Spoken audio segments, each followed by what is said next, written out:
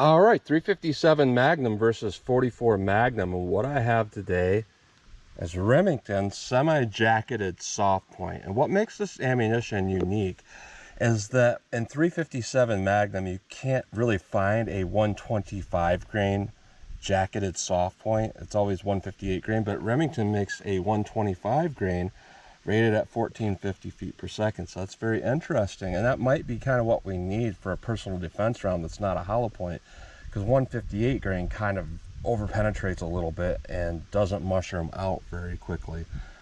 And to compare it to that 125 grain 357, I have a 44 Magnum 180 grain jacketed soft point. And it's very interesting because 180 grain and 125 grain, 180 grain and 44 and 125 and 357 have the same sectional density, but this is rated at 1610 feet per second. So I'm not really sure what kind of velocity we're actually going to get out of these 4-inch barrels, but we're going to find out. We're going to go through the chronograph, see what kind of velocity and accuracy we get at the same time. Then I'm going to go through my clear ballistics test, and what I got going on here is 4 layers of denim. I got about 3 inches of clear ballistics. I got 1/4 inch medium density fiberboard to represent ribs or sternum, and then I got more clear ballistics. Typically this takes away about 2 inches of this, typically, not always, but it always gives us a really good sense of like a rib hit. And we'll see what kind of penetration we get with and without that medium density fiberboard. And then with such high-powered rounds, I brought back the Juggernaut box. People love to see this, and guessing I'm gonna get a lot of water penetration, I figured why not bring this out, get a bunch of splash. So we got 1 3/4 inch pack of bologna covered by 4 layers of denim, followed by 1/4 inch medium density fiberboard. Again, this kind of represents like a pectoral muscle followed by ribs or sternum. And that'll give us kind of a real world idea of what we might get with these rounds. I'm going to do some probably 7-yard accuracy drills here.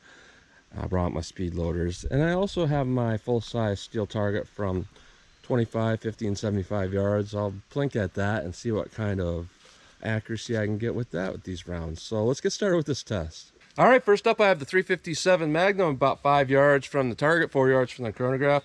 This is rated at 1450 feet per second. Let's see how close we get to 1450 feet per second.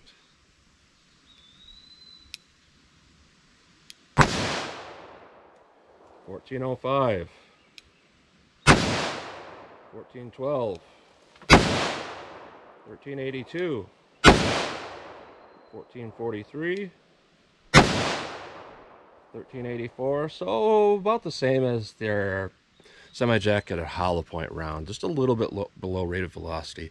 Let's see how the 44 compares. All right, 44 mag, it's rated at 1610 feet per second. I highly doubt we're going to get anywhere near that.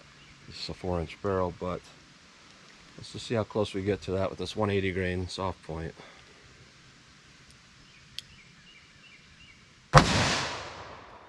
That's no read at all.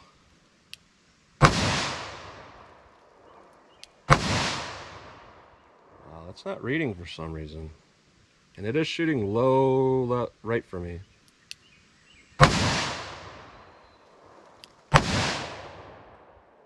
Interesting that it will not read. I didn't have any problem with the 357, so it's probably something to do with the flash. There's a lot of flash. I'm going to back it up a couple more yards, and I think that might let me get a successful read. All right, I've backed up to 7 yards. I'll go single action with these.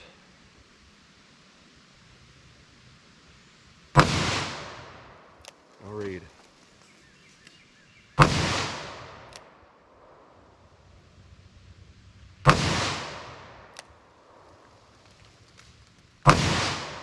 There we go, 1361. So I'm having a serious issue with these, but I'm going to take that one reading because that one reading sounded about right. We're just a little bit below the 357 mag, and there's just, it might not pick up on camera, but there's a massive muzzle blast. It is massive, and I think even from here, that's what the chronograph is picking up. It's picking up either smoke moving at 81 feet per second, or that's probably what it is.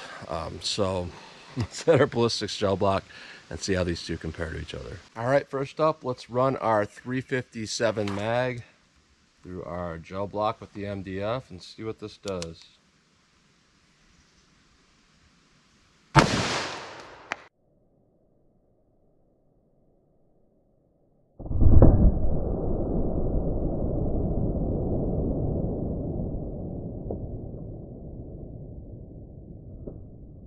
And where we impact, of course, we're not really going to see any deformation too much. It looks like maybe a little bit, but not a lot.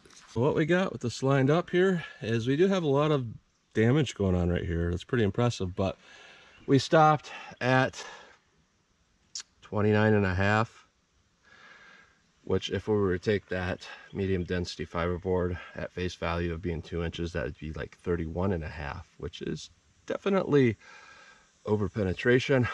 Let's just try it now without the medium density fiberboard and see if we get a couple inches further. All right, no medium density fiberboard. Let's see how this does.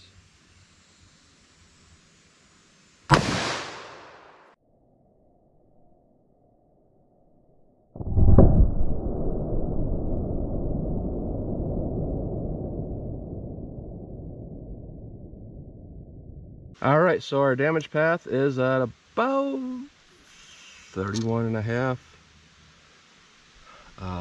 But the bullet curved.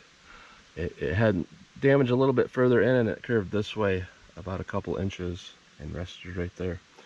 Let's try the 44 now. All right, 44 mag through the medium density fiberboard. We'll see how this does.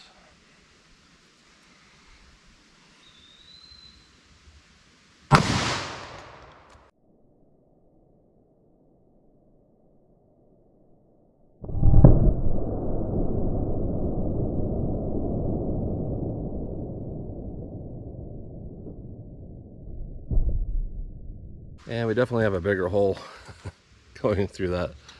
And the entire block moved quite a bit. It actually moved it a good inch.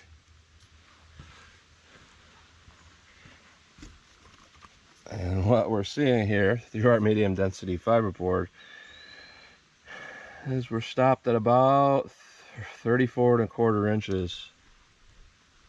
A lot of damage. That is just massive fragmentation of the MDF. That would be like ribs fragmenting.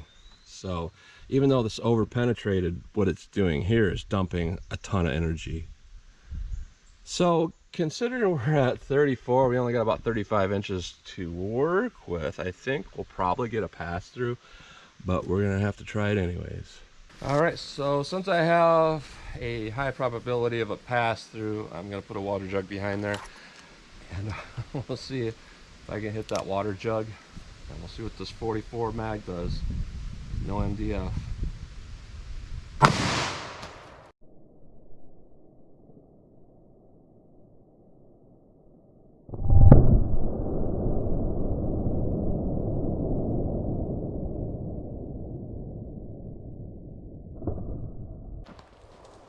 The water jug broke, but it did not pass through. Wow. Actually had enough energy to actually bust the jug, but it stopped it, and we have less deformation, it looks like, from here. I wasn't expecting to stop that, so let's push this up to 3 inches here, and we'll see what I got. Yeah, I got less. We're looking at about 33.25, but our damage is just massive amount of damage. You know, it almost looks like the MDF, but it's not. It's just burning into that and causing this massive quote-unquote wound cavity. So there's a possibility it tumbled or something like that, but yeah, it's definitely a lot of damage, and we caught them in both blocks. So let's pull out the Juggernaut box and see how that test will compare to the gel testing. All right, Juggernaut box, 357 mag. Let's see what this does.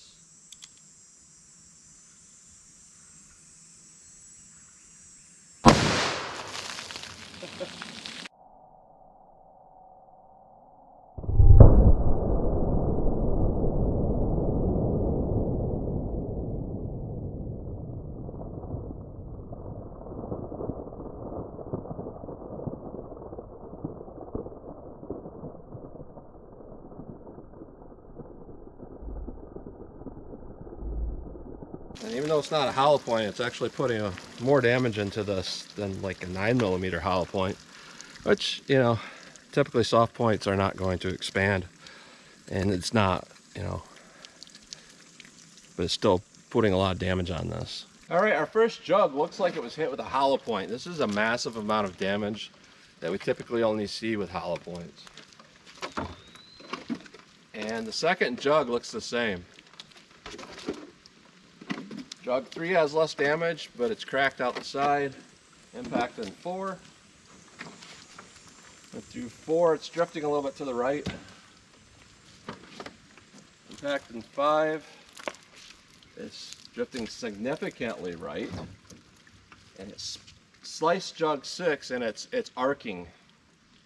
Just the way it was in the gel block. It's arcing significantly to the right. But we did catch the bullet in jug 6.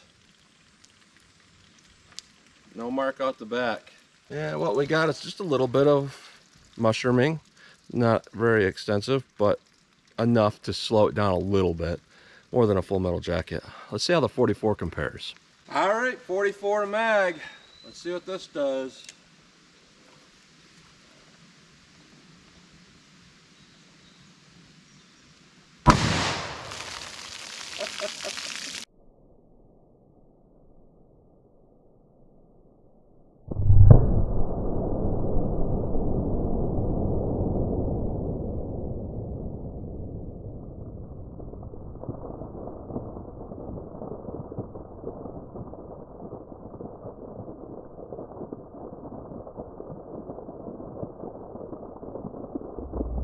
And there's a lot more baloney damage. I'm not even going to pick it all up because it's kind of shredded all over, but not a whole lot left there.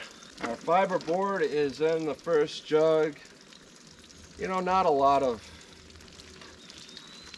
damage to the fiber board. Bigger hole for sure. There's actually a piece of lead embedded into it right there. And all but the last jug have their caps blown off. This definitely has more damage than the 357 mag. Two looks about like 1 on the 357 mag. 3, we went right through 3. Impact of 4. Straight through 4, less deviation. Straight through 5. Straight through 6. And it looks like the bullet bounced off of the backstop, and there it is.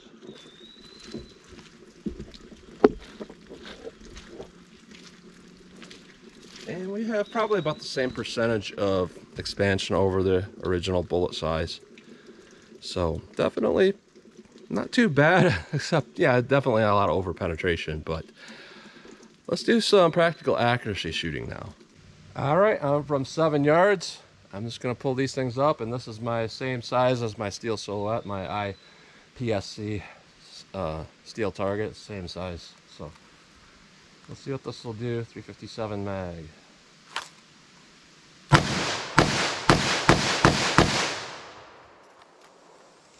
So kind of drifting a little bit to either side. These eject just fine.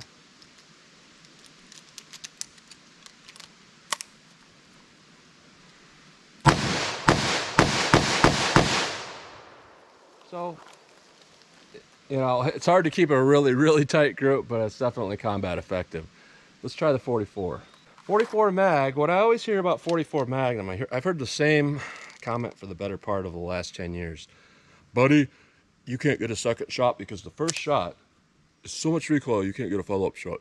So what they're saying is, what it'll look like is boom, and this is where I'm gonna be at on shot 2. So that's what I'm told, but let's do a couple shots here and see how true that is. 44 mag. This is actually a pretty light gun. Well, one of my shots is definitely not where I want it to be, but it's doable.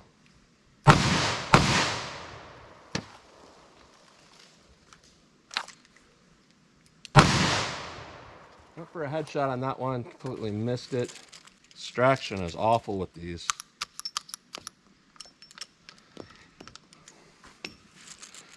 And yes, I always clean my guns before I do videos.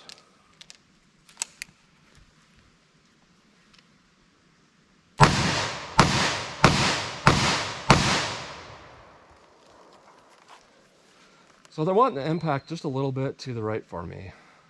Recoil is not too massive, but let's back it up from about 25 yards and see how these things will shoot. All right, 357 mag, 25 yards from the target. We'll just see how these things shoot for me.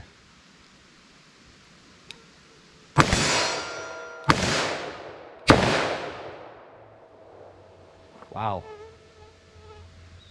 They're not lined up with my sights.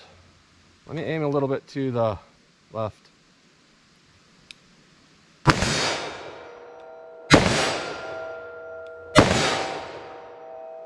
Interesting. Ejection's still fine, but you know, where I'm hitting a little bit to the right, far right, I'm actually aiming almost off the target to the left.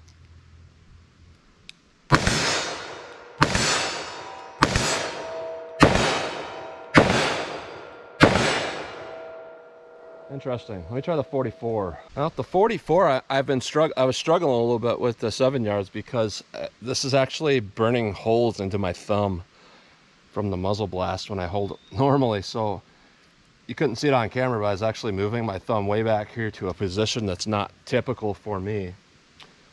But I had to prevent that burning. So I'm kind of doing the old school Jack Weaver grip here.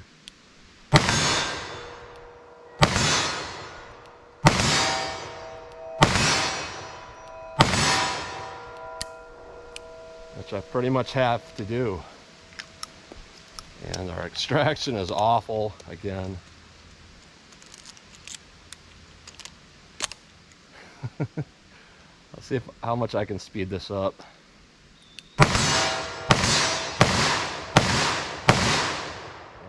it's hard to tell if I'm hitting, missing, what. There's so much flash and blast. Let me paint that back up and go back from a little bit more distance. All right, so I'm back from 75 yards, and what you're gonna see now is just me being real here. These are definitely rounds that are not necessarily personal defense rounds. They could be, but they're more like hunting rounds. They'd be better for hunting. So I've done deer hunting in my life, and 75 yards is a decent shot for a handgun, obviously. So I'm gonna do what I would do if I was deer hunting, because that steel silhouette, you know, that's roughly the size you would kind of need to make an okay shot. So, you know, put on my eye protection. Once I see a deer, put on my hearing protection real slow. And if I'm going to be honest, I'm going to shoot single action because I'm not going for multiple shots. So, you know, being my hand in a position where I'm going to just keep firing from that distance, it's not going to happen from that distance very quickly. So I'm going to fire single action anyway. So this is what I would do here.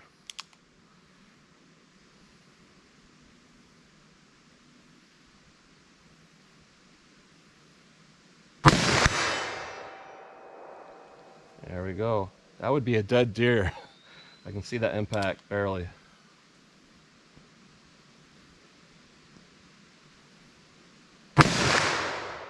Oh, I completely missed.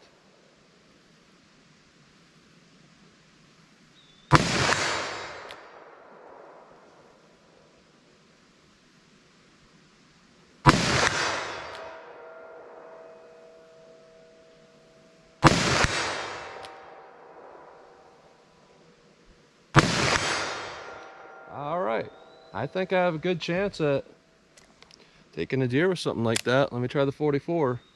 Now, probably more people that would consider themselves, you know, wanting to take a deer would get a 44 rather than a 357. Probably a lot longer barrel than this, but let's just say this is all they had. I want to see what I can do with it. Do that Weaver grip again, just to prevent all that blast.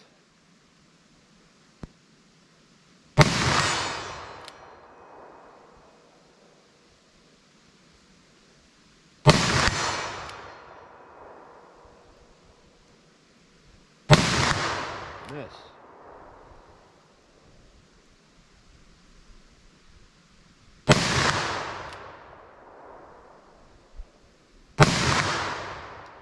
All right, right, so this test pretty much confirmed everything across the board the same way, and that is that while the 44 Magnum is more powerful, even for someone like me that shoots revolvers a lot, it is very hard to control. It is very hard to place shots accurately.